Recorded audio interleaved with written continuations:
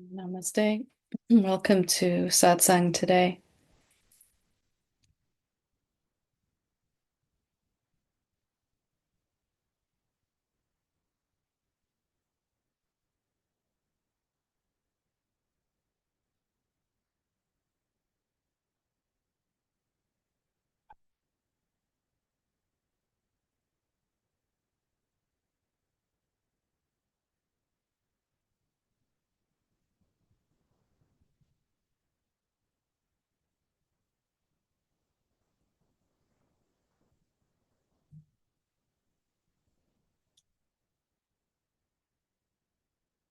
And as you may know, the purpose of Satsang is really for directly seeing who we really are and coming to live as who we really are.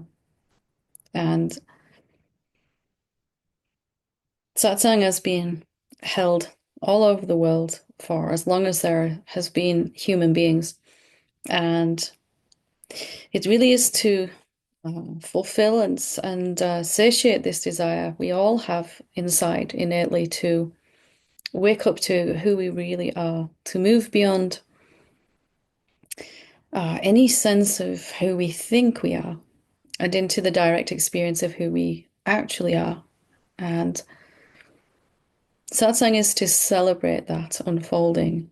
It's not something that causes awakening, it is awakening unfolding. You are already the infinite self, no matter what we have thought we were. We've never been a limited human being.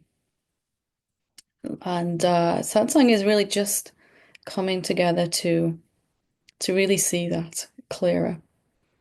And in fact, our whole life is really the satsang. And here we just gather together formally to talk about it, to immerse ourselves in it. But the real opportunity for application of what we're seeing, embodying what we're seeing ourselves to be, is always going to be what happens when you switch the Zoom session off, or you get up from the meditation cushion, or you're out somewhere in the middle of an argument, or you run out of time or energy or money or some situation. And I'm saying this because for me, there was a deep expectation that the magic would happen in the satsang itself, and that the rest of my life was just passing time until I could get back to my meditation again, or my satsang, or reading a particular scripture. But what if that is the other way around?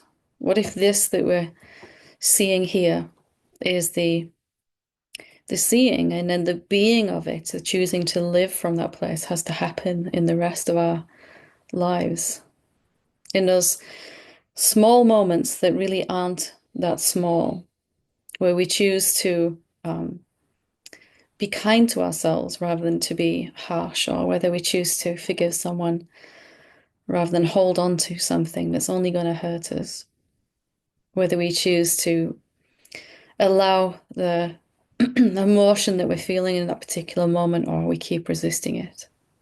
Those are the real moments where real change happens in our awakening, where ground is gained and can never be taken back from us.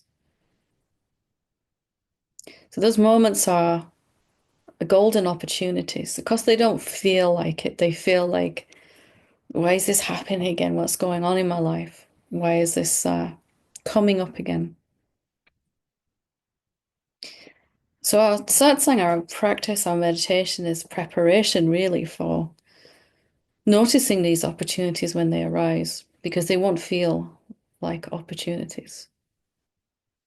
If I look back at the times in my own journey that really profoundly made a difference, I can't think of a single one that really happened in the meditation itself or on the meditation cushion. There were insights and epiphanies and realizations, of course, during the practices.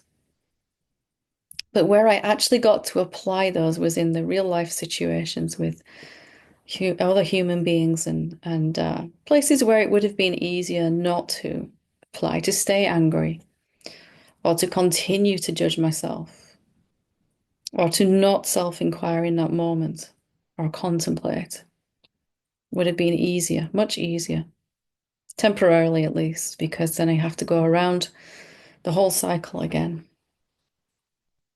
And I want to get this across as well because I spent a lot of time beating myself up if I couldn't actually apply what I'd seen to be true in my satsang and my meditation in that particular moment when I was out and about during the rest of my day.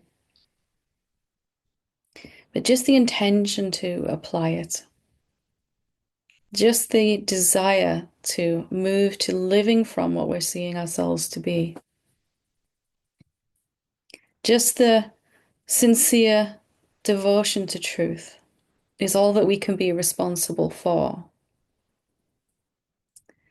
And the application, actually choosing in that moment, am I going to live from the truth right now or from the illusionary self, the separate sense of self? Really, that is just unfolding based on the strength of our commitment to truth. And each one of us here may doubt our own commitment to the truth, but here you are. Do you know that's one of the most common questions I get asked over and over again is, what if my devotion to truth is not strong enough? And, nobody would really ask that question if it wasn't strong enough. Only someone who's really deepening in their devotion to truth, their willingness to live and be like this, be this truth is increasing day by day, just as yours is. It's important to state that because I wasted a lot of time in my own journey feeling like I wasn't devoted enough. In fact, I don't really ever remember a time where I felt, now I feel like I'm really devoted enough. But it kind of happened anyway. So maybe you're doing better than you think you are.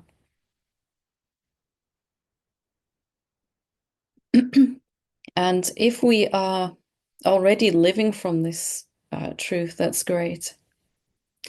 But all we can actually be responsible for is the intention to do so. Whether something actually gets transcended in any particular moment, do we have any control over that directly? So you're in the middle of feeling some strong emotion, and either we're going to resist it or we're going to allow it. Are we going to question it deeply with our contemplation, or are we going to resist it? What is it that's making that choice? Is there a separate self in that moment that's choosing, okay, now I'm going to choose to do some spiritual practice here to allow this emotion? Next time you sit down to actually meditate, is that a choice coming from a separate self? Did you choose even really to attend this satsang? And this may seem kind of obvious, but the deeper implications of it are really quite profound. If there's no real separate person to be found, and when we look in our self-inquiry, we can't actually find a person. There's a body, there might be thoughts, emotions, sense perception going on. But someone to whom they belong, the body, is that a person? Is that a someone?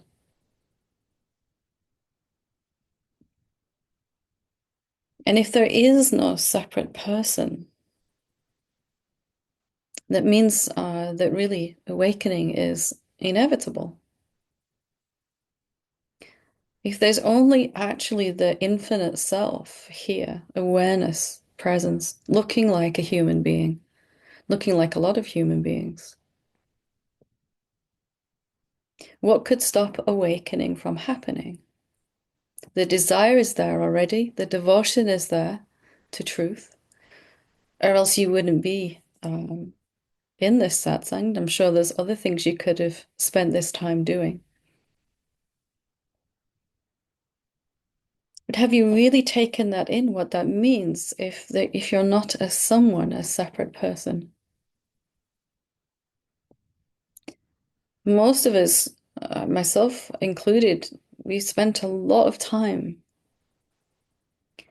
wondering if we're going to make it. Is my devotion strong enough?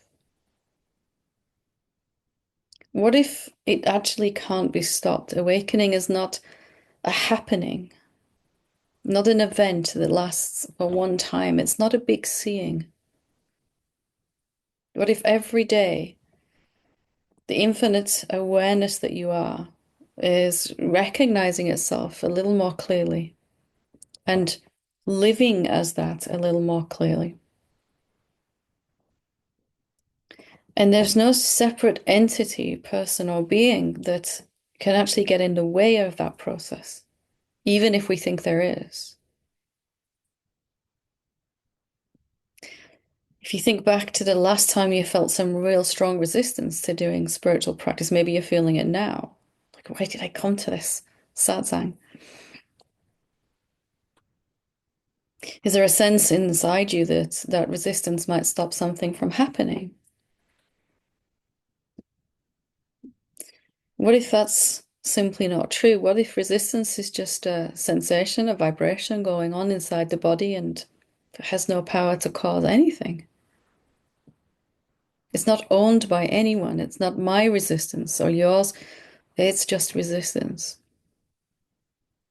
How does that change your journey? What if this is unfolding inevitably every day, clearer seeing, clearer being? Next day, even more clearer seeing, clearer being. What could interrupt that process? If you are all that exists, you are the infinite self. And even if you haven't experienced that yet, a full and rich experience of the empty, formless awareness that you are, that everything is, even just intellectually, to know that you're the only thing that exists, and that there are no separate selves, no matter how much we've been convinced that we were a someone moving through our life and that we have to reach awakening.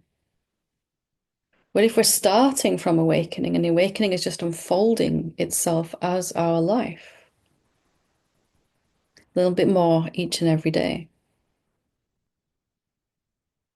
It takes the if out of it. It takes the what if it doesn't happen? It's really good news. Really good news. It took me a while to accept as well. There's literally no way I can fail at this if it is already what I am, and it's just a seeing of that again and again. If it's just a seeing, and with enough seeing, the being of it, the living of it is unfolding by itself also. The devotion to truth means that in those moments where there's seemingly a choice, there's no one to make that choice to apply it. It just is applied. We live from the real seeing of who we are more and more.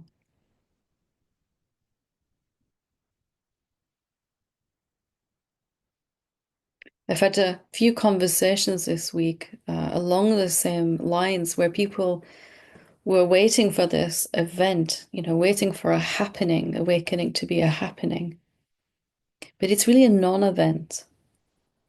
Or 100,000 tiny events every day, day after day, building in momentum, each one making it clearer and clearer each day who we already are and could never not be. He said, I'd really like you to relax into that. You can't screw this up. You can't get it wrong. You can't slide backwards, although it will feel like you are sometimes as some strong emotion comes to the surface.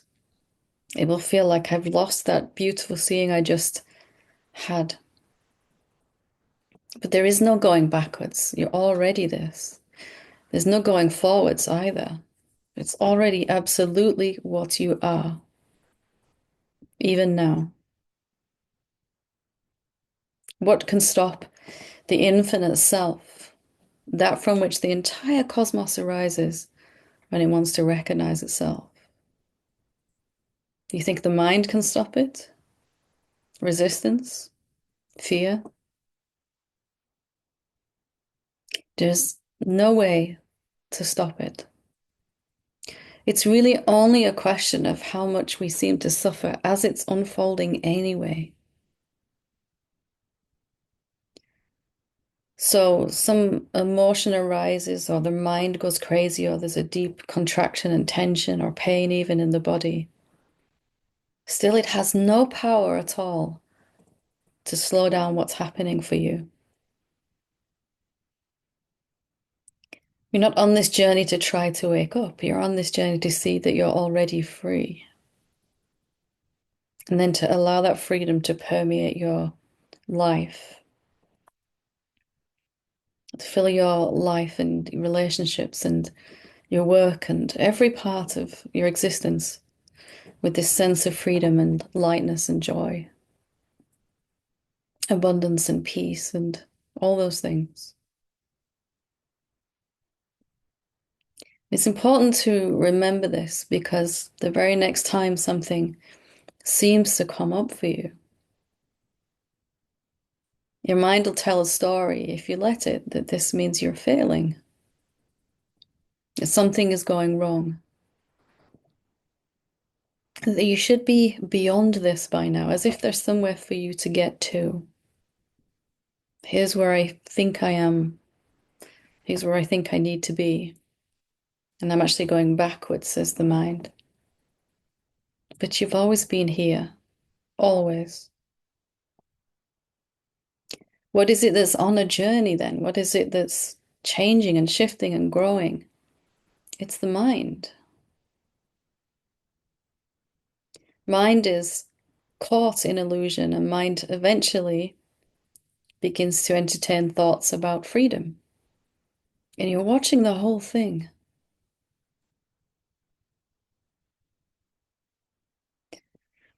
No matter what the thought is that goes through the mind, you're aware of it first. Something is seeking, something's on a journey, looking for resolution, but it's not you. You are just here, watching this unfolding like you would watch a movie. And the whole point of this is to try to help you relax because you know what the end of the movie is. You know, really good movies, in the middle of the movie, you're really not sure where it's going, right? You think, oh, this could turn out really bad for them. What if you knew the end of the movie and it was epically good?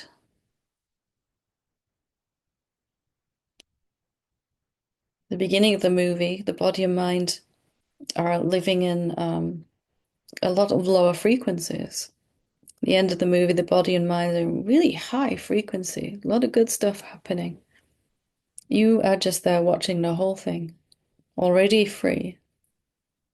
Silence, consciousness, presence, divinity, emptiness, nothingness, the supreme being.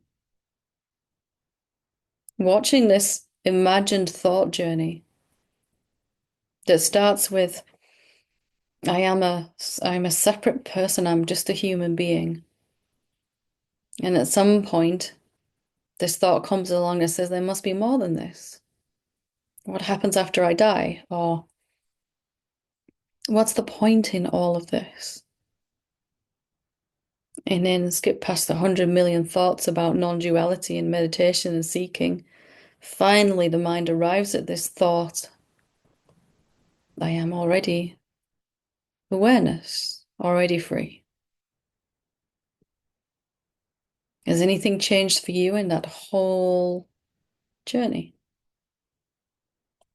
Nothing at all. You're always free.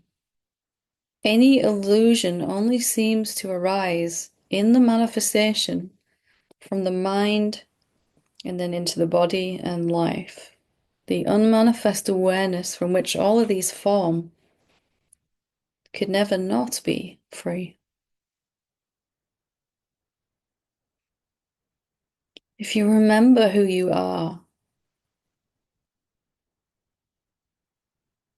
freedom itself, shaping itself into a human being that's seemingly on a journey to reach somewhere.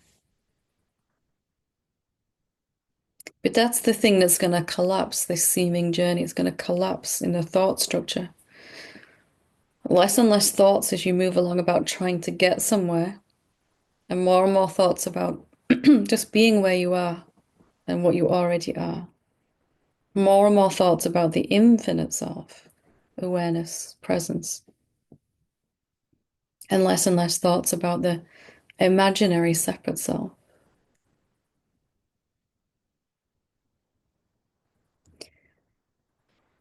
When you really let this in, when you really take this deep into the heart, there's such a softening, a real exquisite softening that happens.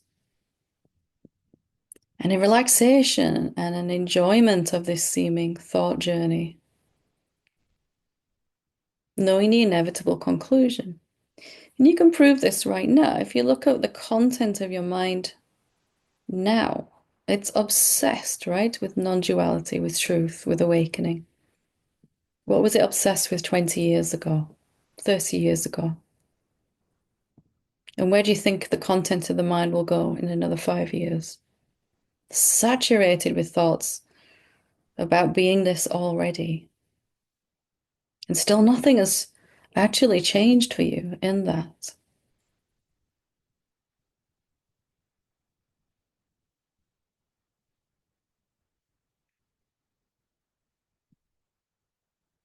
What remains for you to do then? Only to keep seeing that you're already free.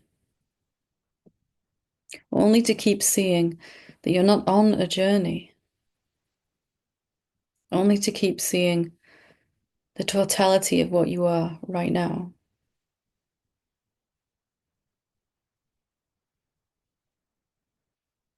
Let what is moving and changing, the mind, the body, the manifestation, let that do it by itself. As if you could do anything anyway.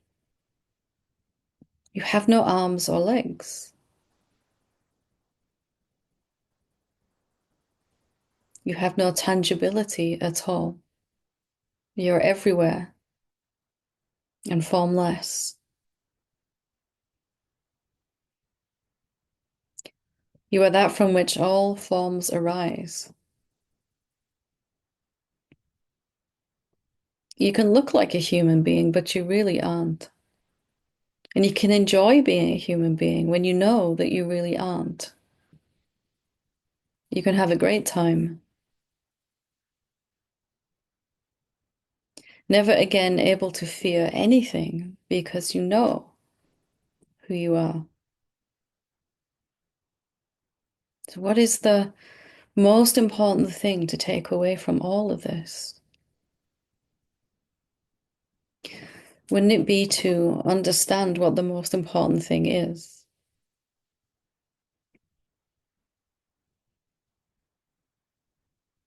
Wouldn't it be to remember what needs to be remembered? A willingness to see what needs to be seen, and that is that we are already what we're trying to become, already where we're trying to get to. We're watching from this placeless place, this pure sentience before form, the shape of a form, thinking it's got to try to get back to who you already are. Your mind doesn't really like to hear this so much because it wants to struggle, it wants to strive, it wants to reach for somewhere. But you wouldn't be listening to this right now if you were still enamored with that journey, that imaginary journey. Just to see that you're seeing, only seeing, never doing anything. And somehow all of this gets orchestrated inside you.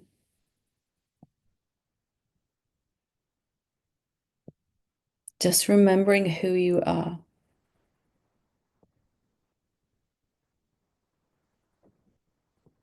a willingness even to see I'm not at all who I thought myself to be. Nothing I ever thought about myself is really true. What could you possibly think about this that is intangible and formless that would be true? It doesn't make thinking wrong, it just isn't so accurate for finding out who you are. That which sees the thought, though, is already free. 'Tis your real nature.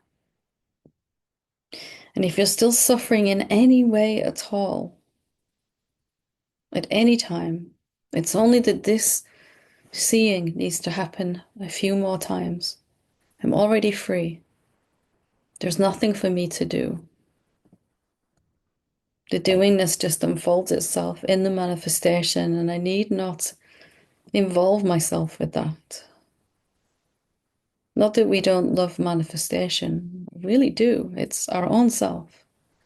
But we don't need to be trying to constantly rearrange everything in order to feel safe or whatever it is we're doing.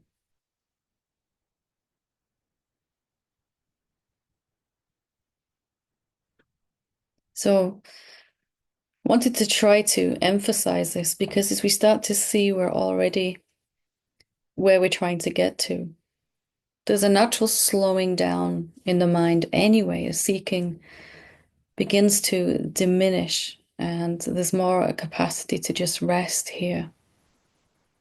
It is the break that we pull, the seeing. It's not a doing, it's a seeing, but it has the same effect of just beginning to slow the body and mind and the seeking down. There's no need to seek anything when you see who you really are.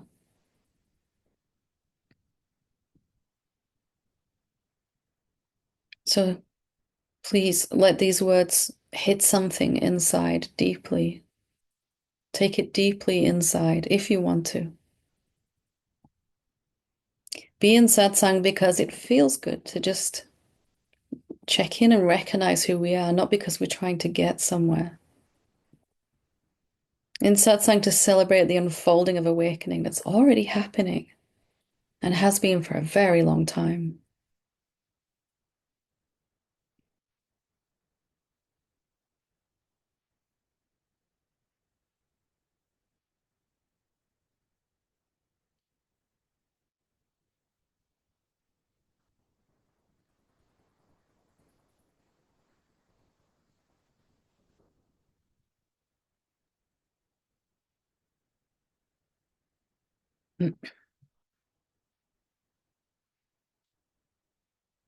So, if anyone would like to ask a question, we'll take up to 5 questions. We'll start with Elaine.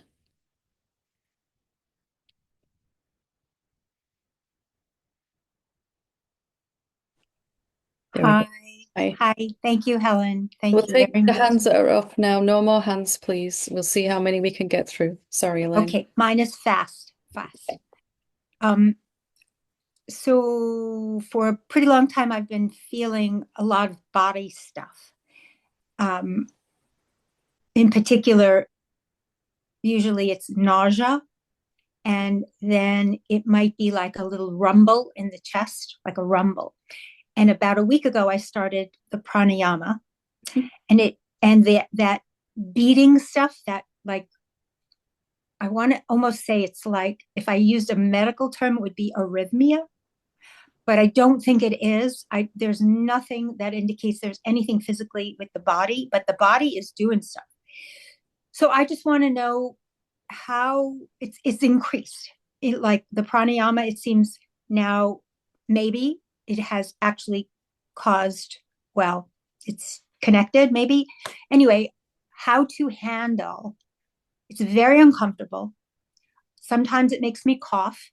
Sometimes it's just almost like basically it's uncomfortable. So that's the whole thing. What to do? How much pranayama are you doing each day? 5 minutes. And have you started anything else at the same time? Nope. Nope. This was here before you started the pranayama, just more intense. Correct. And which area of the body? You say around the heart. Was it? It's here. It's like it felt like it was in the chest, and now it's, I mean, maybe it's always been kind of very close to throat or at the throat level. So I would go into it. I would meet it like it's your best friend and ask what it wants to tell you. Okay. Just some energy that's a little stuck, lower frequency that just needs to be open to and welcome to allow it to begin to really move. I mean, these things are there anyway, but if the pranayama is happening, it's just trying to move a little faster is all, which was going to happen anyway. But so it's Yeah. just to investigate and see what it wants to say. Okay. Okay. Wonderful. Okay. Great. Thank Thank you so much. Love you. you. Love you too. Liesel? Hi. Hi.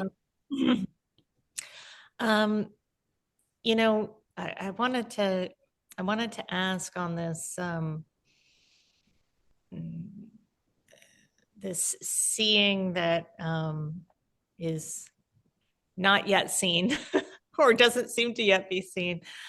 Um, I really do see clearly that I'm awareness, and I really do see clearly that there was never a journey to become awareness, that like that's actually always what was going on.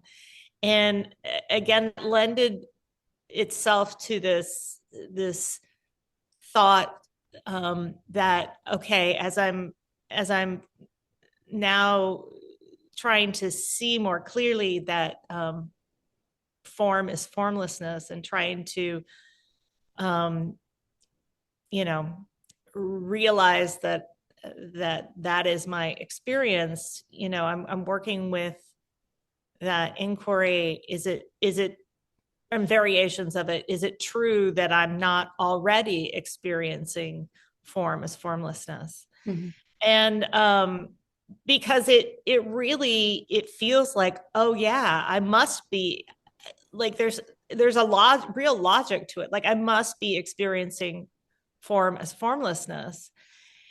Yet it doesn't seem it doesn't seem that way in the actual experience. So, What would it look like though, if you've come to deeply realize that form and formless are the same thing, awareness and what we're aware of being the same thing? What would that actually, how would you experience that? How would you know? What well, signs could we look for? I guess it's what I hear from you in terms of, that you experience, things like fear or, you know, um, pain in the body, etc. You experience it as emptiness. And so, for instance, I recently there was a big trigger for some of the old OCD patterning that came up, and um, I there was a lot of remembrance of being awareness while all this is coursing through the body and the mind and everything, but it was still experienced as you know as anxiety, as difficult thoughts, etc. It was not experienced as formlessness, or at least did There, not seem to be so. was there peace at the same time?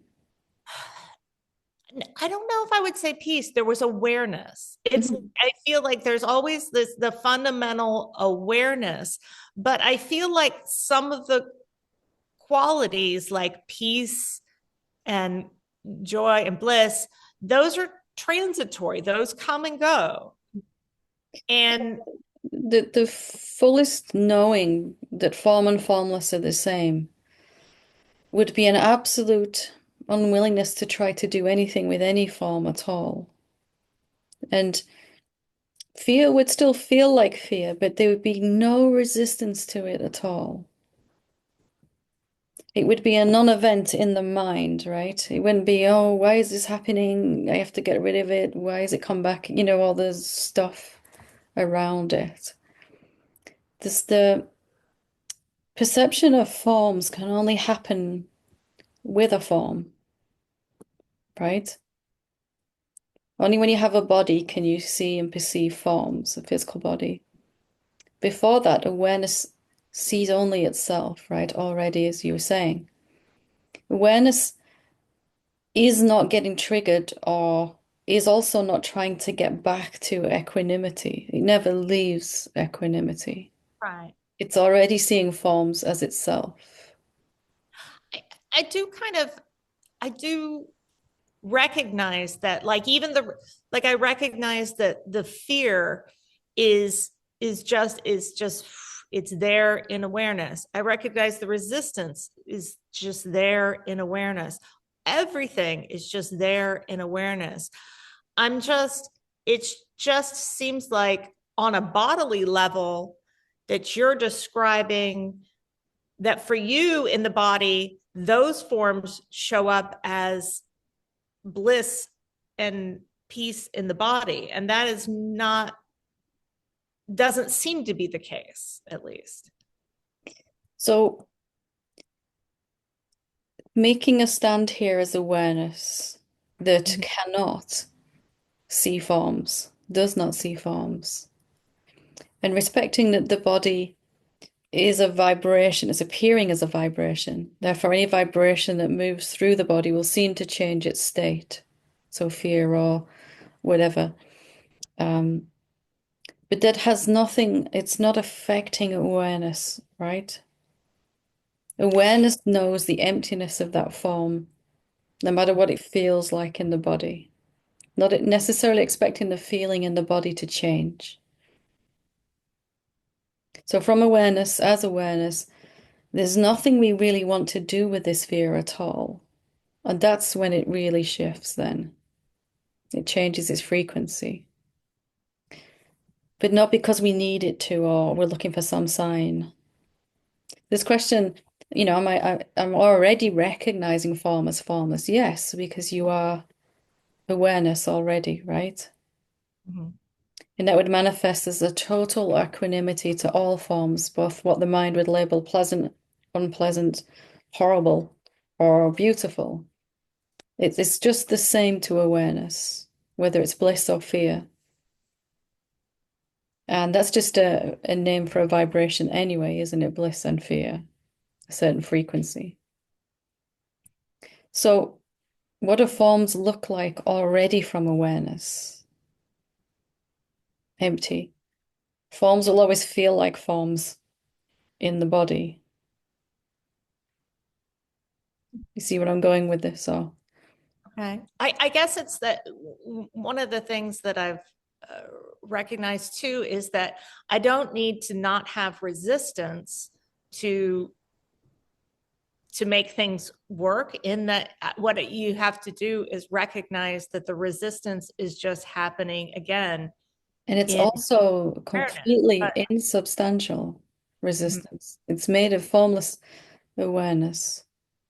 But if awareness were to take an inventory of the forms that are showing up, you know, resistance and these challenging emotions are showing up, and maybe I can recognize that if there's judgment or all of those things around them, that that's again just a form showing up in awareness. But there doesn't seem to be this,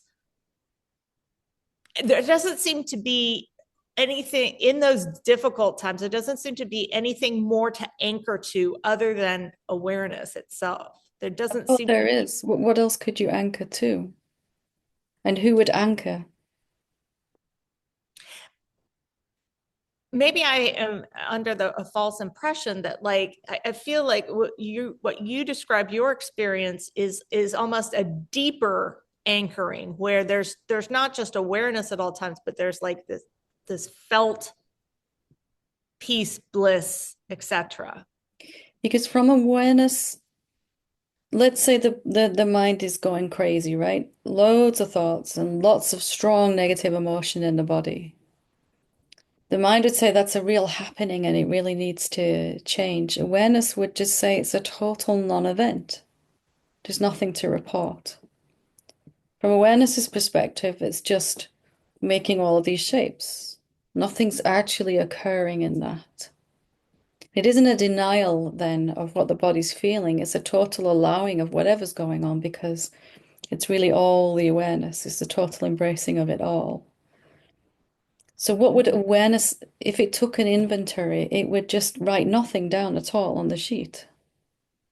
Even if the mind's going crazy and the body's just flooded with negative emotion, contractions and all that stuff going on, real big strong trigger. From the perspective of awareness, nothing to report. Total non-event. Okay. From there, things really do tend to shift in their frequency anyway. So you get to decide in any moment, what am I going to look as? Am I going to look at this as awareness or as a form? And of course, ultimately they're the same thing, but the mind is sure there's a big happening. What would awareness say?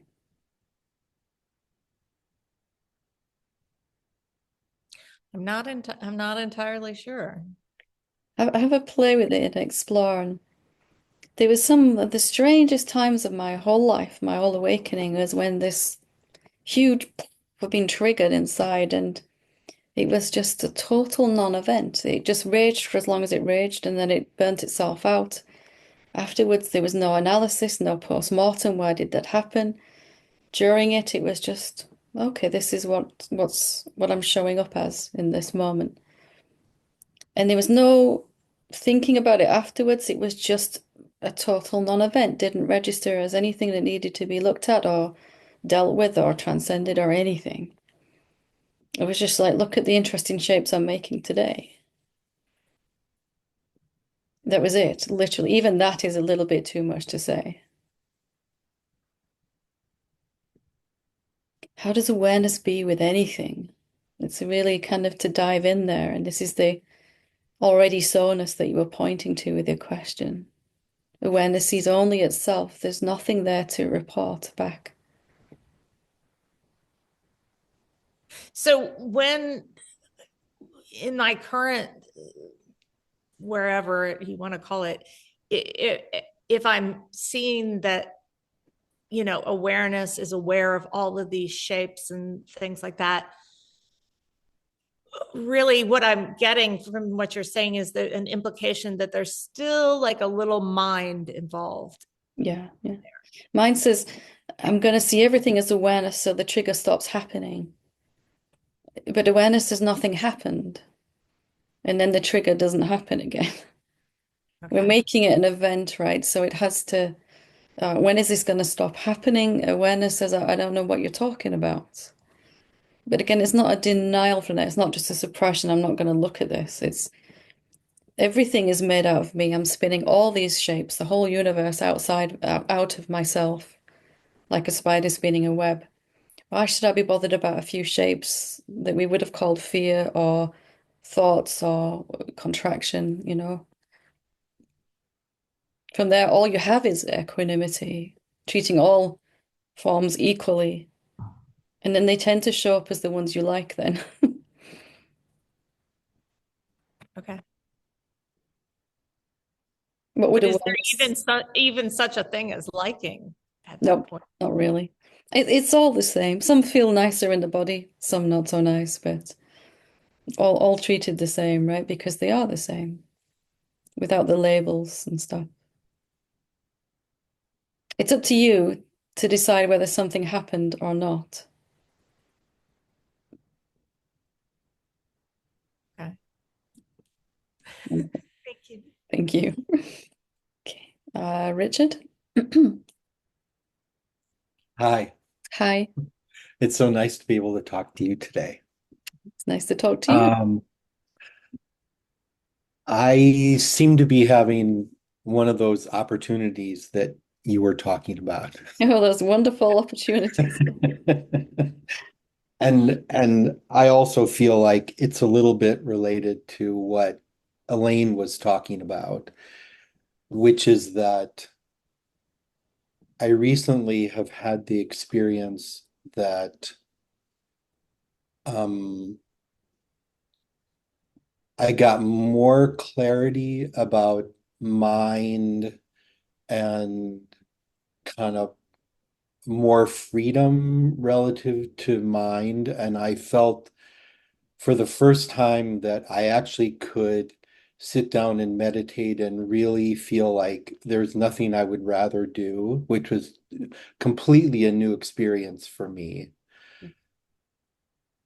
And then right after that, I feel like my mind completely flipped out, and felt like, you almost like it was saying, you thought you could control me. You thought you could quiet me down. I'll show you how big I can be. And and so it was a little scary and I definitely felt intimidated, like wow, this is I thought things were getting easier and all of a sudden it feels like something got stuck and now things are harder.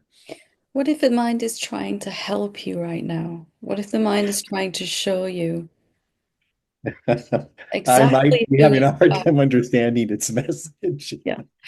Yeah. Mine keeps knocking on the door and we keep moving house, right? Like, I don't live here, go away. But as incredible as it seems, if we can look at it as mind might actually be trying to help me. If we're sitting, we just feel that urge to sit in meditation just because we want to meditate, like you said. That wasn't you trying to control the mind. That was you just being with whatever happened, right? And it was Hmm. nice. It was felt pleasant.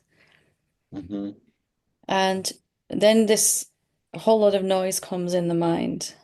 Can you do the same thing with that? Mind's giving you the opportunity to just let it happen. Practice just being aware, even of the storm that happens in the mind. And that's going to show you that there's a depth of power and strength within yourself, the self, that can be with anything at all. Without this stormy mind, it wouldn't evoke that from us. But if we're telling ourselves a story that this is a really bad thing and I don't know what's gone wrong and I felt so good 2 minutes before and now this, something's going wrong. Let's say something's going right. It might not feel like it, but let's go with that anyway. And just asking, what is it inside me that can really be even with this? Something freaks out, which is some remnant of the separate sense of self. Yeah. And of course, So finding equanimity in the middle of the storm. yeah, can you just let it come, this um, cyclone of whatever it is, and Yeah. something will resist also. Let that be there too, and just see if you actually get blown away in that, or if you're still standing. Right. And these 100,000 moments I was talking about. Oh my God, I survived. I'm still here. Hmm. Um, Strong fear, terror, mind going crazy, self-hatred, you name it, whatever came up was an opportunity to see who I really am even clearer. Not the ones we would choose, but the ones we need in a way. Right. Right. Because otherwise, you'd always have this idea that, yeah, I can be with the mind, but only when it's quietish. Right. Right. Right. Right. Right. Only when things are easy. Yeah. But the same intangible, formless self that's more like the space in the room can be with the mind when it's doing this insanity thing that it does. As with a perfectly empty mind, it doesn't prefer either one of those. The thoughts just pass straight through you. Unless you think you're someone and then they smack up against that, right? An overwhelm and Well, I can definitely feel that that is a challenging thing to work with. let's just check out who you are. Shall we have a look together now? Sure. Let's see, what do you find when you look for yourself? It's very clear that I'm not anywhere. And are you tangible or intangible? I am I'm intangible. I'm just watching. What can hurt you then? I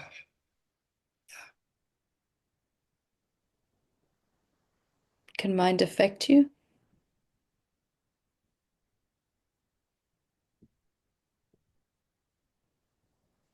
think not. Yeah. Just this little idea that just needs to be investigated like this, that I can be overwhelmed by something. This old remnant of who we thought we were, right? Hmm. I am that space in which the cyclone is happening. Right, What can right, touch me? right. I'll Just let, yeah, go looking a ahead. little, looking like this and just remembering and experiencing again your total formlessness. Then let the mind do its thing and see what happens. Okay. It will I'll- collapse. This cyclone will just disappear yeah, yeah. after it's It done makes its sense. job. It's just to just show you how amazing you really are. Yeah, this makes sense. Thank you. Just we just get a little hung up with why it's happening. We think it's something we've done wrong or Hmm. we're going backwards or something, right? So Hmm. just Hmm. letting go of those particular stories.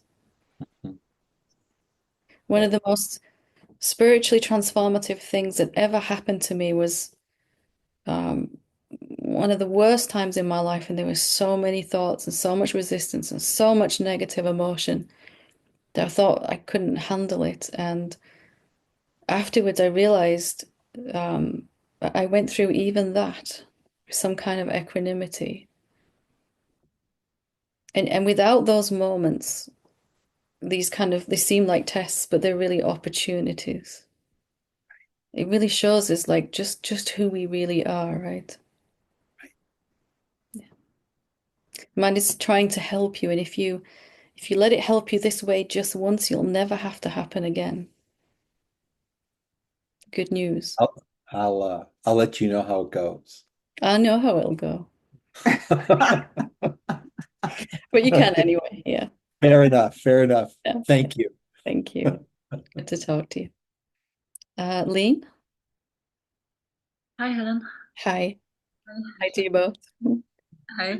Yes, who wants to ask a question, in fact? Aha, wonderful. Um, no, I have a question, in fact, about like a seeming paradox. I know it's not really a paradox. It's like a paradox from the mind's perspective. Mm. And in fact, while I was listening to Liesel's question, in fact, the answer became a bit clearer, I think. But I would still like to check it. Yeah. Um, so it's like the paradox seems to be that on the one hand, like you also said in the satsang, like I am free, like not ever been anything else. It's always been like this on the one hand, and it's like you also said some time ago. I don't remember when you said something like like what do you really need to know that like that you're already on the other shore. Mhm. Um, so that's like one side of the paradox, and then the other side is like sometimes there's not so much clarity, or there's like a feeling of yeah, it seems as if I'm not free, and then it would seem like then this sometimes then seems as like, but what can I do then? I cannot say I'm free if I'm not experiencing it. like it would be dishonest, or I would be maybe arrogant if it's not what I'm really experiencing, or like I cannot say it if it's not true. Yeah. This seems like a paradox, but then when I was listening to Liesel's question, maybe it seems like a paradox because I treat, or not I, but I don't know who, but someone, something, Some imaginary character, yeah. yeah, something like that, treats this, for example, non-clarity or emotion as an event. Hmm. Therefore, it seems like a paradox. Yeah. Is it like this or Yeah. Are you a phenomenon or not a phenomenon? not a phenomenon? And yet all the evidence that we would use to say that, but I really don't feel free right now, is phenomena. Thoughts, feelings, contractions. Is that good evidence for you? Can you tell how free you are by measuring what type of phenomena are present? No. But when you say this now, what I'm also thinking is if, for example, something comes up and I believe that there's a story that comes up that is being believed, or that reality shows itself this way, as if there's a person who believes a story, um, and then this so-called person, who's not a person, cannot say, yeah, Sorry, sorry, I am listening. yeah, it's a bit absurd anyhow, all this whole thing. It really is, but go on anyway, because we really believe it until we don't. But I know there's no person, but yeah, like if this non-person who thinks there's a person believes a story that also never existed is then, well, I could say like it's a thought. This thought cannot say, oh, I'm free. At that point, this thought cannot say this. Hmm. But do you need it to say that? You that is not a phenomenon. Do you need phenomena to change to prove that you're still free? Ah, yeah, no, that's true. Is But there anything that could happen in phenomenality and manifestation at all that would affect how free you are? no, and in fact, when you ask it like this, it's very clear that it can't. But I'm like, So when the phenomena are looking like a feeling of being caught again, Mhm. do you take that on as yours? Is there anything that you have to do with that? Are you going to be any different when the mind lets go of this idea, I'm caught in illusion again, and comes back to I'm free, when the next thought is I'm free, and when the body feels peace rather than suffering, and when the emotions have calmed from whatever they are back into joy and lightness, still nothing at all has happened to you. but that's true. I know that's true, but at the same time, like if I would now say I am an awakened being, like it wouldn't be true. Like nobody would believe it. Why is it not true? uh, well, I mean, if I say it about myself, then I can just as well say it about anyone, anybody. Yourself being whom?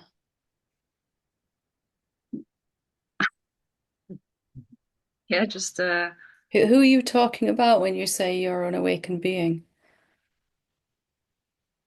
yeah. Now I was coming from a separate sense of self when I said this. And now?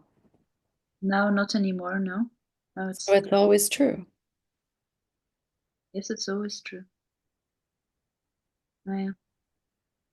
And nothing at all that ever happened in the entire universe could change that. Mm. No, that's true. And then there's just it doesn't, the mind says, I'm not free, I've got stuck again. You go, okay, okay.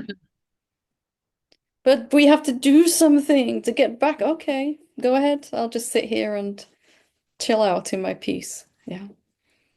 That's very funny also. Like it's extremely funny. I thought, oh, I'm so lost again. What do I do? How do I I've forgotten everything? And it's actually like a stand-up comedy guy. Like, oh, wait, I found it now. We're back. We're back. We're good. You know, and obviously it's not funny at the time, not at all, but later it's hilarious. That's very funny. And you'll watch it do its thing. It will oscillate from God, how did I ever think I was a person? To, oh, terrible, terrible, and backwards and forwards and heaven and hell and heaven and hell. And you just finally realize it's got nothing to do with me. Not that it's wrong or anything. We love the mind, but it can't really say anything about you. And then Doesn't it's a non-event, right? When that happens, it's a non-event. And that will be the last time it happens. I was just gonna say, doesn't it also stop doing that at a certain point because it's like it doesn't make any sense anymore to continue to do Stops this? as soon as you give it stop giving it any meaning for you. Mm. I remember the last time it happened to me, I'm like, okay, that's how you know. And it was just like nothing. The mind was just going crazy, and I couldn't pick it up at all. It's like this is all in phenomenality manifestation, and it just collapsed. It just stopped. It just vanished like walking through some smoke. It's just fog. It's gone. You're out the other side. And I really saw how much I'd been giving it relevance. This is something I have to deal with. But I am that which sustains the cosmos, could never not be the the real self. It's unchanging. It's not identifying and disidentifying and then I doing, this tennis match that goes on in the mind. It's just already beyond that. And did you then know it was the last time? I didn't at the time, but I didn't really care because it was really quite funny. It was hilarious. But it didn't happen again after that because there was no need for it to. It just, yeah. But it's just strange so that like when it's very clear, then it really does look like a joke or like a stand-up comedy. But when it's not, it looks different. It's strange. It's only not clear to the mind. You are the seeing itself, right? Mm. Yeah. Nothing that you see can affect you. Nothing in phenomenality affects the seer of it. Mm. You just need to be really clear on that. Because everyone says, I had it and then I lost it. Okay, what's the evidence that you've lost it? Well, these thoughts, this emotion, and the mind. Okay, is that you don't buy it either, sir. When the mind says, I'm finally free, you go, okay. When the mind says, I'm caught again, okay. It's all the same, right, from the self. Mm. I do know that it's never disappearing, but in the experience it seems like that. But that's the phenomena. Like, yeah. Yeah. And it just is nothing wrong with phenomena. We love them. We love all of them. But just to be really clear, it can't tell you anything about yourself. The manifestation can't tell you anything about you. It's only there to help you recognize yourself. But you can't define yourself from any of it. Mhm. Thank you very much, Helen. Have a good laugh, yeah. Thanks. Thank you. And we'll finish with Elena, I think. Hope I'm saying that correctly.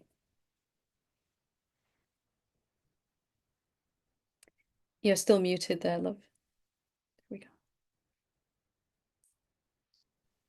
Hi, Helen. Thank you for being here today. I feel nothing but most heartfelt gratitude for being here with all of you tonight. And my heart is laughing. Part of me is laughing, and another part of me is freaking out because a part of me totally recognizes the play of Leela, Mhm. and another part is so grateful to be remembering truth, Yeah. and have everything that everybody shared here tonight makes absolute sense to me. And I can see it very clearly when people are sharing what's happening for them. And when I look inside and I see when mind is at play, and I still believe it. I still believe it, especially when it hit emotion. Yeah. because it's like once it hits emotion, you are inside this train, and the train is, is down the track, Yep. and there is nothing I can do about it. It's gone. Yep. Exactly. But yeah, I do know that the best thing when that happens is really to allow the emotion without resistance. But one thing that was very helpful for me that you said was, if resistance comes, allow that as well. So everything is allowed. That's all we can really do, right? Mhm. We're not an object. We're not a form that can push or pull. We're just kind of being that emptiness that we are, in which these shapes are just coming and going, and that emptiness doesn't have the capacity to resist anything or grab a hold of and try to keep. That's just a shape that's happening inside us, right? I like this one. I want to keep this. I don't want that one. And it's beautiful, beautiful. And teachings just kind of come into my mind, like the Buddha sat under the Bodhi tree and the story of the Buddha and what came into the mind, in that stillness. So I have been a student of the Course in Miracles for many years, and the way, the way of mastery as well. And one of the things the way of mastery says is everything is neutral. Mm-hmm. All events are neutral. But obviously, one thing is to understand that intellectually, and the other thing is actually to sit in that stillness that you are pointing here, Mm-hmm. and which is, I'm holding so deep and dear in my heart to really receive it. It's just enough to see this is what I've always been, to experience that stillness that you already are and have always been. And then, of course, it just, any sense that you can do other than just be is falling away as you see it again and again, who you really are. Who we thought we were is just naturally dissolving gently, because we really can't push against anything or hold on to anything from here, right? Stillness is still, completely still, and has always been. And the shapes are just allowed to move inside then, right? And whatever those shapes are. And it just becomes clearer and clearer that I have this capacity already to just be with anything, no matter what the mind would label it as, good or bad, resistance or fear or any of that. You can just be. You might still have a preference for peace and bliss and joy, but whatever shape we show up as, it's all the same from here, right? There is this capacity to be with it.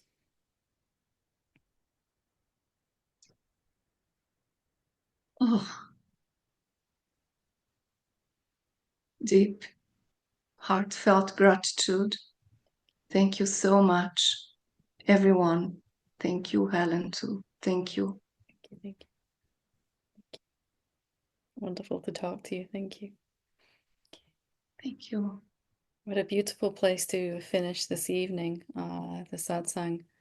And I just want to say thank you for your contributions and your sharings. And, it's really evident that there is just one being learning and understanding itself even more clearly, seeing itself through all these bodies and all these intelligent questions and the answers that come. And that's the power of satsang, right? It can learn about itself through all these bodies so much faster when we do it together than when we're seemingly on our own. So thank you so much for your insightful questions and sharings. Thank you. Namaste.